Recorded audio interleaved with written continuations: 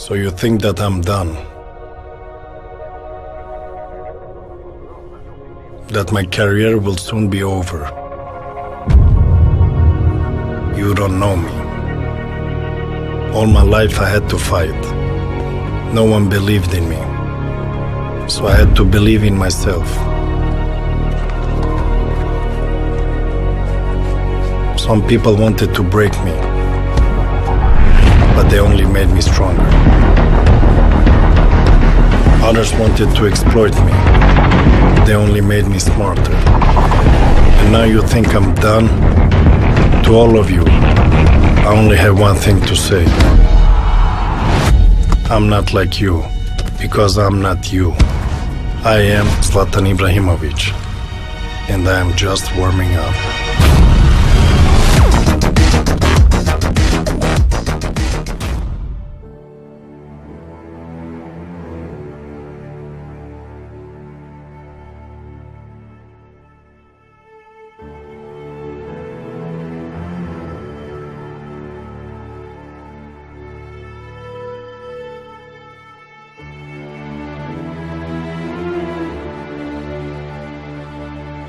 In one way, he's this tough, very secure guy, but deep inside, he's still this insecure kid from the ghetto. So he has this inside, and I think he uses it, this insecurity and this anger that his childhood gave him. You know, this anger, I want to show them. They think that I'm just this little, immigrant kid, but one day I will show them.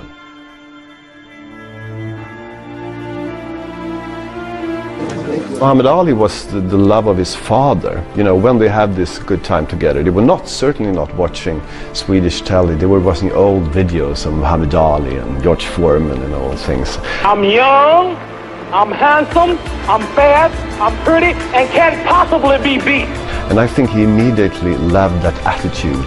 The Muhammad Ali attitude is absolutely opposite to the traditional Swedish attitude. We have to be humble, and don't say, but Muhammad Ali was just coming here and say, I'm the greatest. I will be the youngest heavyweight champion in history. Zlatan thought that was something that spoke to him. What do you want in your marriage? What do you want with your son and your daughter? What do you want in your health? What do you want financially? Like, how much money do you want to make a year? What do you want to drive? How do you want to live? Stop just waking up like an accident. What do you want? And then once you find out what you want, spend the rest of your natural life waking up and going after it. Don't ever let somebody tell you you can't do something. You got a dream, you got to protect it. People can't do something themselves. They want to tell you you can't do it. You want something, go get it. Period. This kid's gonna be the best kid in the world. This kid's gonna be somebody better than anybody ever knew. Let me tell you something you already know. The world ain't all sunshine and rainbows. It's a very mean and nasty place, and I don't care how tough you are, it will beat you to your knees and keep you there permanently if you let it. You, me, or nobody is gonna hit as hard as life. But it ain't about how hard you hit. It's about how hard you can get hit and keep moving forward. How much you can take and keep moving forward. That's how winning is done.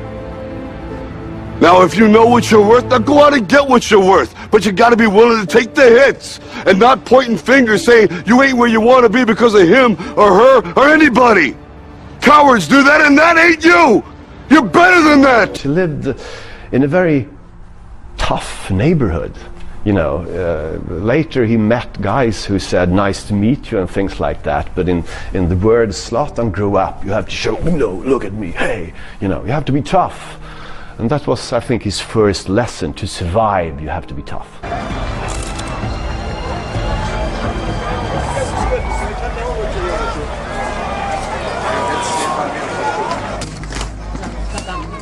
He uses that anger and that insecurity, which is still inside him.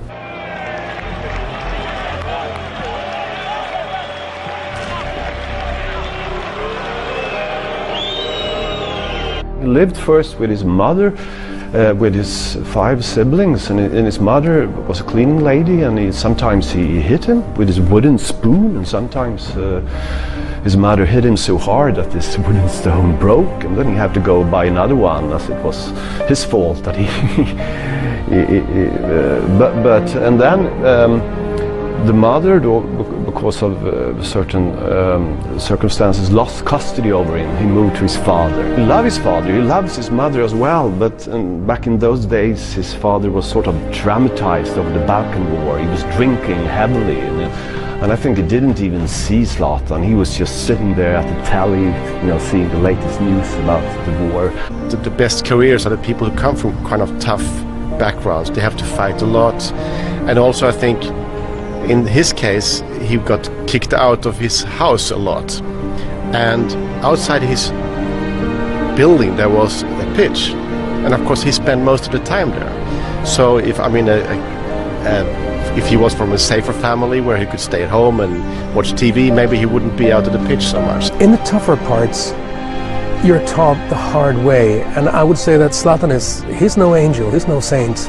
He's probably done quite a few things that most people wouldn't be proud of, but then again that is part of what made him so tough, that he could go all the way to the top. So the background makes all the difference, I think. Här var jag bor nu just nu, det är hur trevligt som helst. Jag stormtrivs här faktiskt. Alla känner alla här. När man går på gatan kan man bara stanna till vid någon, kvittar hur gammal hon eller han är. Så snackar man med den personen. Till exempel jag kan gå ut på balkongen och kasta ner 20-lapp till en av småorna, gå och handla mjölk. Springer man iväg och handlar mjölk, kommer tillbaka. Så det är på många sätt man kan förklara varför man trivs. He is a good bike stealer. He was... When he was young, he stole some bikers and he makes with him. Not that with me, with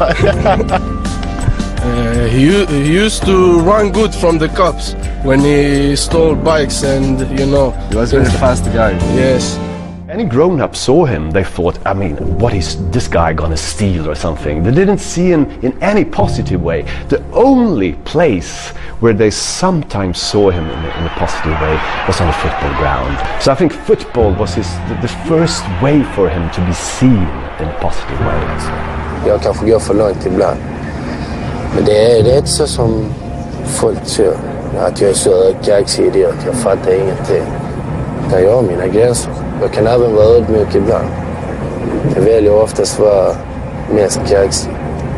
För annars kan de trycka ner mig lätt, tycker jag. Father and mother didn't have any money, he didn't have this nice clothes. He went to a school where there were rich kids, and he couldn't buy the same clothes as them. He didn't have the new shoes. His colleagues in the Malmö FF to have this, football shoes who cost 2,000 with kangaroo shin. He's bought his shoes for 59 crowns, in this food store.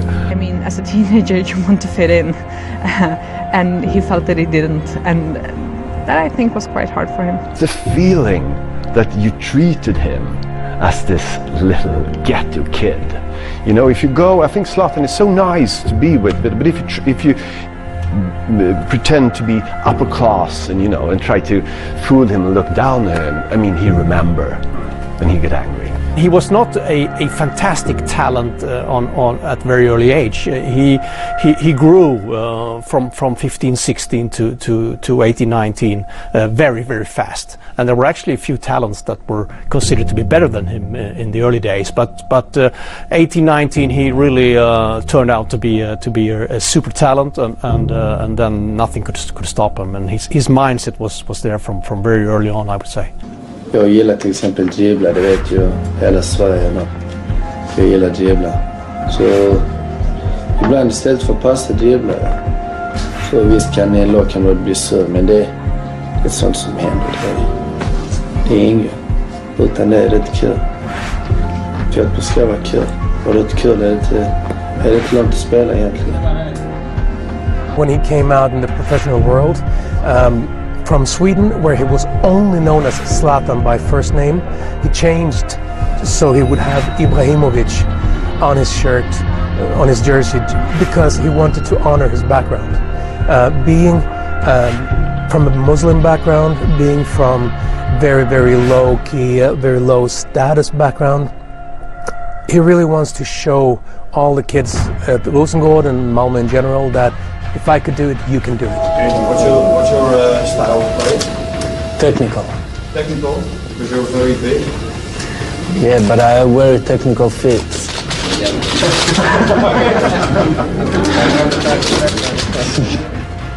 I think in Barcelona he just felt again as this immigrant kid who come to Malmö with this well-behaved middle-class kid who didn't understand him. And I think there was the same story all over. And football can change very fast. My problem in Barcelona was one man, and that's the philosopher. He was my problem. Guardiola didn't understand him, and he couldn't really cope with that kind of character. He was 17, let's not forget, you know. And I wanted to give him a trial with the first team, and he turned it down. He said to me, I don't make trials. You take me or you don't take me.